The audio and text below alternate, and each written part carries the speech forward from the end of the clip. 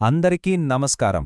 మన స్నేహితులు ఎవరైనా ఖరీదైన కాఫీ కొన్నప్పుడు అబ్బో దీనికింత డబ్బా అని మనసులో అనుకుంటాం కదా. లేదా మనమే ఏదైనా కొన్నాక అసలు నేనెందుకిలా చేశానో అనిపిస్తుంది. సరదాగా ఉంటుంది కదూ. ఈరోజు మనం డబ్బు ఖర్చుపెట్టే అలవాట్ల వెనక ఉన్న చిన్న చిన్న రహస్యాల గురించి మాట్లాడుకుందాం. ముందుగా మనందర్లో ఈ ఆలోచనలు ఎందుకు వస్తాయో అర్థం చేసుకోవడానికి మనందరికీ తెలిసిన ఒక చిన్న సంఘటనతో మొదలుపెడదాం. ఒక్కసారి ఊహించుకోండి, ఫ్రెండ్స్తో కలిసి ఛాయ్ తాగుతున్నాం.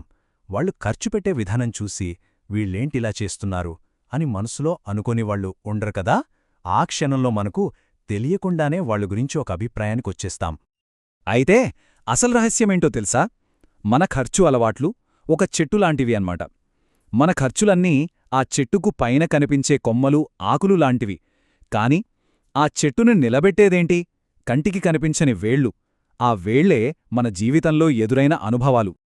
మరి ఆ వేళ్లను చూడకుండా కేవలం పైన ఉన్న కొమ్మలని, ఆకులని చూసి మనం ఒకరి గురించొక అభిప్రాయానికొస్తే ఏం జరుగుతుంది? ఇప్పుడదే చూద్దాం. ఇక్కడ మన ముందు రెండు దారులున్నాయి. ఒకటి పాత ఆలోచన విధానం. ఇందులో నేను చేసేదే కరెక్ట్, వాళ్ళకి తెలీదు అని అనుకుంటాం. కాని ఇంకో దారి ఉంది. అదే కొత్త ఆలోచన విధానం. ఇందులో వారి అనుభవాలు వేరు కదా, వాటిని అర్థం చేసుకోవాలి అని ప్రయత్నిస్తాం. ఇది జడ్జి చేయడం నుండి అర్థం చేసుకోవడం వైపు మనం వేసే ఒక అడుగు.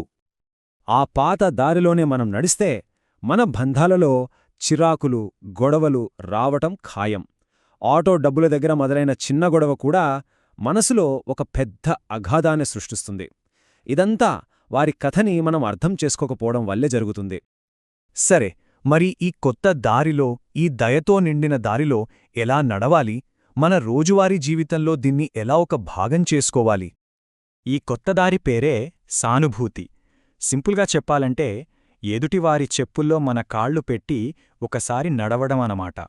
వారి కళ్లతో ఈ ప్రపంచాన్ని ఒక్కసారి చూడటం, వారి ఫీలింగ్స్ని ఫీలవ్వటం. ఎప్పుడైతే ఈ సానుభూతి అనే చిన్న విత్తనం మనలో మొలకెత్తుతుందో మన బంధాలలో ప్రశాంతత అనే అందమైన పువ్వులు పూస్తాయి, గొడవలు తగ్గిపోతాయి, ఒకరినొకరు ఇంకా బాగా అర్థం చేసుకుంటాం, మన డబ్బుకి సంబంధించిన నిర్ణయాలు కూడా మెరుగుపడతాయి. దీన్ని ఇంకా బాగా అర్థం చేసుకోవడానికి మన అమ్మమ్మ, తాతయ్యలు చెప్పే కథల్లాంటి కొన్ని చిన్న చిన్న కథలు చూద్దామా? ఇతని పేరు రాహుల్. చిన్నప్పట్నుండి ఇంట్లో డబ్బుకి ఏ లోటూ లేదు. అంతా ప్రశాంతంగా గడిచింది. అందుకే సంపాదించిన దాంట్లో కొంత దాచుకోవడం అతనికి చాలా తేలికైన, సహజమైన విషయం. ఈ అమ్మాయి పేరు ఆశా. తన చిన్నతనమంతా ఆర్థిక ఇబ్బందులతో గడిచింది. రేపు ఏమవుతుందో తెలియని భయం. అందుకే డబ్బు చేతిలో ఉన్నప్పుడే దాన్ని సంతోషం కోసం ఖర్చు చేసేయాలి అనుకుంటుంది. చూశారా, ఇద్దరి ఖర్చు అలవాట్లు పూర్తిగా వేరు. ఎందుకంటే వాళ్ళిద్దరి జీవిత కథలు వేరు, వాళ్ల అనుభవాల వేళ్లు వేరు. రాహుల్ వేళ్లు భద్రత అనే నేలలో పాతుకుపోయాయి. ఆశా వేళ్లు అనిశ్చితి అనే నేలలో పెరిగాయి. ఇంకో చిన్న కథ చూద్దాం. అరవింద్, మనోజ్ ఇద్దరికీ ఆఫీస్లో బోనస్ వచ్చింది. అరవింద్ ఆ డబ్బుని జాగ్రత్తగా సేవ్ చేసుకున్నాడు. మనోజ్ మాత్రం ఆ రాత్రే ఫ్రెండ్స్తో కలిసి మొత్తం ఖర్చు చేసేశాడు. మనోజ్ ఎందుకలా చేశాడు? అతనికి బాధ్యత లేదా? కాదు, అసలు కథ వేరే ఉంది. అరవింద్కు తన జాబ్ అంటే చాలా ఇష్టం. కాని మనోజ్కు తన ఉద్యోగమంటే అస్సలు నచ్చదు. ఆ ఆఫీస్ స్ట్రెస్ మర్చిపోవడానికే మనోజ్ ఆ డబ్బుని ఖర్చుపెట్టాడు. కొన్నిసార్లు మన ఖర్చులు మన గాయాలకు మందులా పనిచేస్తాయి. చివరిగా ఈ కథ వినండి. ఇద్దరు స్నేహితులు ఇల్లు కొన్నారు.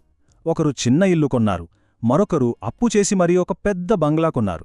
ఇది చూస్తే మనకు ఏమనిపిస్తుంది? ఆ బంగ్లా కొన్నతను గొప్పల కోసం అలా చేస్తున్నాడు అని అనుకుంటాం కదా. కాని అసలు నిజం వేరు. ఆ పెద్ద ఇల్లు కొన్న వ్యక్తి చిన్నప్పుడు సొంత ఇల్లు లేక ఎన్నో మాటలు పడ్డాడు. అతనికి ఆ ఇల్లు ఇటుకలతో కట్టింది కాదు, తన ఆత్మగౌరవంతో, భద్రతతో కట్టుకున్న ఒక కోటలాంటిది. అది గొప్ప కోసం కాదు, ఒక భరోసా కోసం. సరే, ఇప్పుడు ఒక్క క్షణంపాటు ఇతరుల కథలు పక్కన పెట్టి మన సొంత కథలోకి తొంగి చూద్దామా? మనల్ని మనం ఇలా అడుగుదాం. డబ్బు విషయంలో నా మొదటి జ్ఞాపకం ఏంటి? నా చిన్నప్పుడు మా ఇంట్లో డబ్బు గురించి ఎలాంటి మాటలు వినేదాన్ని. నా ఈరోజు అలవాట్లకి, ఆ రోజు అనుభవాలకి ఏమైనా సంబంధముందా అని ఆలోచిద్దాం. అలాగే నిజాయితీగా మనల్ని మనం ప్రశ్నించుకుందాం.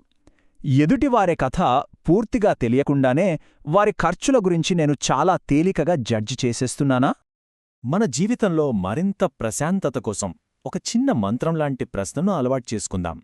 ఎవరైనా జడ్జ్ చేసే ముందు ఒక్క క్షణం ఆగి మనసులో ఇలా అనుకుందాం, వారి ఈ ప్రవర్తన వెనుక ఏ కథ దాగుందో. ఈ సందర్భంగా ప్రముఖ ఆర్థిక నిపుణుడు దుర్గా సర్ చెప్పిన ఒక అద్భుతమైన మాటను ఎప్పటికీ గుర్తుంచుకుందాం. ప్రజలు తప్పుగా ఖర్చు చెయ్యరు, వారు తమ గతం నుండి ఖర్చు చేస్తారు. ఎంత నిజమో కదా. కాబట్టి ఈ రోజు నుండి మనమొక కొత్త సంకల్పం తీసుకుందాం. ఎదుటివారి ఆర్థిక నిర్ణయాలను గౌరవిద్దాం. వారి కథల నుండి మంచి పాఠాలు నేర్చుకుందాం. గుర్తుంచుకోండి మిత్రులారా, రోజూ చిన్నగా నేర్చుకోవడమే ఏదో ఒక రోజు పెద్ద విజయానికి దారితీస్తుంది.